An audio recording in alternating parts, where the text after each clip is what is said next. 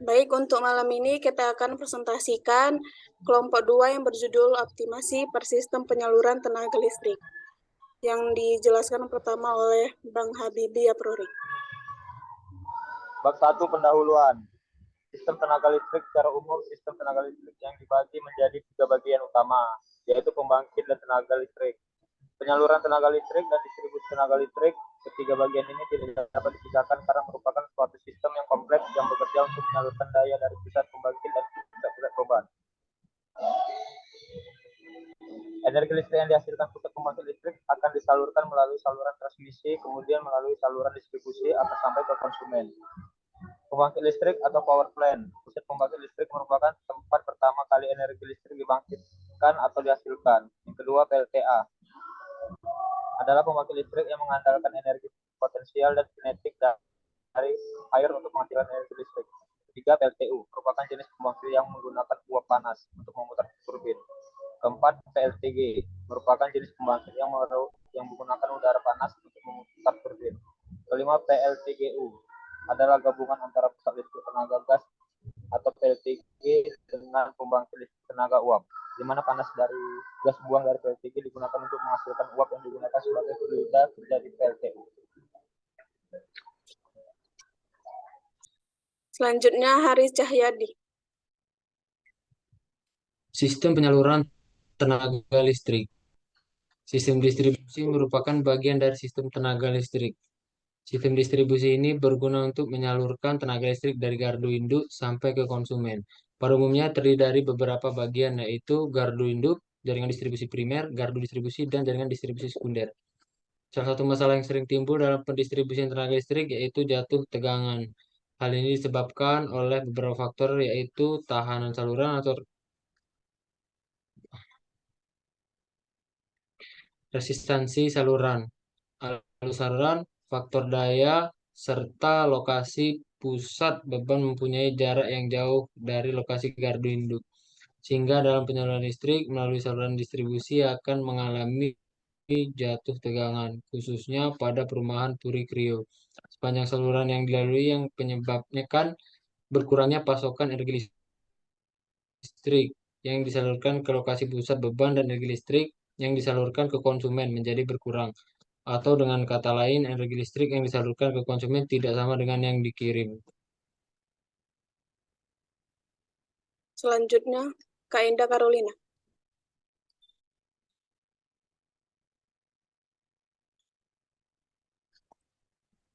Bab 2. Metode penyelesaian masalah. Jenis data dan sumber data. Data-data yang diambil dalam penelitian ini adalah data yang berhubungan dengan jaringan distribusi pada perumahan Puri Krio yang meliputi 1. Data pelanggan pada perumahan tersebut. 2. Panjang saluran dan jumlah saluran distribusi sekunder pada perumahan tersebut.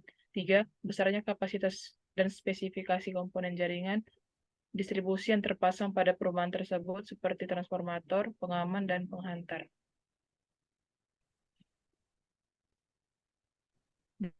Bab 3. Analisis dan pembahasan.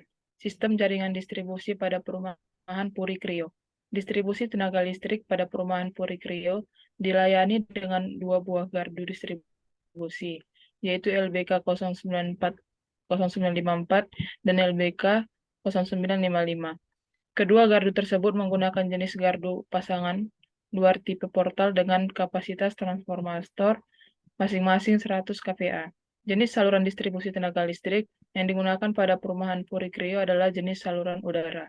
Gardu distribusi LBK 0954 dan LBK 0955 digunakan untuk melayani 115 pelanggan dengan daya sebesar 900 volt ampere setiap pelanggan. Dari total 115 pelanggan, 63 pelanggan dilayani gardu LBK 0954 dan 52 pelanggan dilayani gardu LBK 0955. Selanjutnya, Bang Joshua Jodi. Data pembebanan pada sistem distribusi perumahan Puri Krio. Sebelum pengisian data dalam program PTAP, maka diperlukan data-data hasil penelitian di lapangan. Data tersebut meliputi data pembebanan, yaitu pada tabel sebagai berikut. Perhitungan total beban. Perhitungan daya total beban dilakukan untuk menjalankan program di ETAP agar dapat mengisi rating khususnya pada beban di ETAP, sehingga dapat di-running atau dilakukan aliran daya. 1. Menghitung total beban gardu LBK 0954. Daya total sama dengan 63 pelanggan dikali 900 FA, sama dengan 56.700 FA. 2. Menghitung total beban gardu LBK 0955. Daya total sama dengan 52 pelanggan dikali 900 FA, yaitu 46.800 FA. Analisa aliran daya, etap atau Electric Transition and Analysis program merupakan suatu lunak yang mendukung sistem tenaga listrik. Etap software beban arus melakukan analisis dan drop tegangan, perhitungan aliran daya dengan hasil yang akurat dan terpercaya. Fitur seperti evaluasi otomatis peralatan, peringatan ringkasan, hasil aliran beban analyzer, dan grafis cerdas membuat aliran daya listrik alat analisis yang paling efisien yang tersedia saat ini. Etap program perhitungan aliran beban menghitung tegangan bus, faktor daya cabang, arus, dan arus listrik seluruh sistem listrik. Etap merupakan untuk ayunan, tegangan diatur, dan sumber daya yang tidak diatur dengan jaringan listrik terbatas dan koneksi pembangkit. Beban perangkat lunak perhitungan, aliran ini mampu melakukan analisis pada kedua radial dan loop sistem. Sebelum melakukan serta rugi-rugi daya yang dihasilkan, maka terlebih dahulu melakukan analisa aliran daya agar dapat mengetahui tegangan yang masuk pada tiap-tiap bus, seperti yang terlihat pada gambar di bawah ini. Tujuan perbaikan untuk tegangan. Tujuan perbaikan untuk jatuh tegangan pada penggunaan energi listrik oleh masyarakat yang terus meningkat. Hal ini tidak sebanding kualitas dengan tegangan yang baik untuk dilakukan oleh konsumen di lapangan dengan cara pemasangan kapasitor untuk memperbaiki profil tegangan dan juga meminimalkan rugi-rugi daya pada sistem untuk menyalurkan energi listrik yang lebih efisien dari sumber listrik ke beban.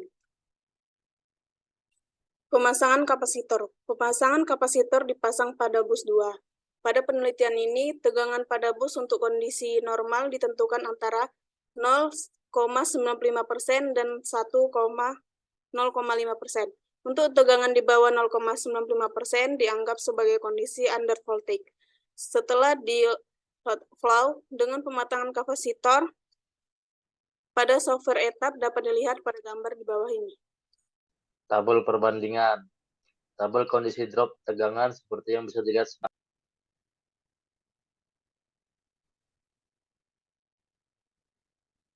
Bab 4, kesimpulan. Perbaikan drop tegangan dan faktor daya pada perumahan Puri Krio dapat dilakukan dengan menggunakan pemasangan kapasitor sebesar 100 kVA resistansi pada bus 2, sehingga terjadi kenaikan tegangan pada bus 2 sebesar 0,372 kV menjadi 0,385 kV. Sedangkan pada bus 4 terjadi kenaikan tegangan sebesar 0,349 kV menjadi 0,362 kV. Pada faktor daya bus 2 dan bus 4 terjadi perbaikan sesudah pemasangan kapasitor, menunjukkan kenaikan dari cos 0,85 menjadi cos 0,86. Sedangkan pada bus 4 terjadi kenaikan dari cos 0,85 menjadi cos 0,85 juga. Dengan jumlah kapasitas konsumen yang meningkat, seharusnya pada transformator distribusinya harus ditingkatkan pula.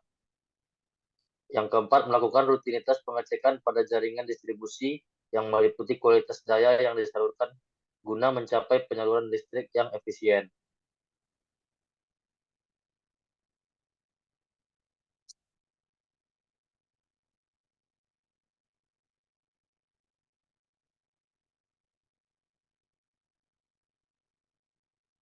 Baik, terima kasih untuk presentasi malam ini.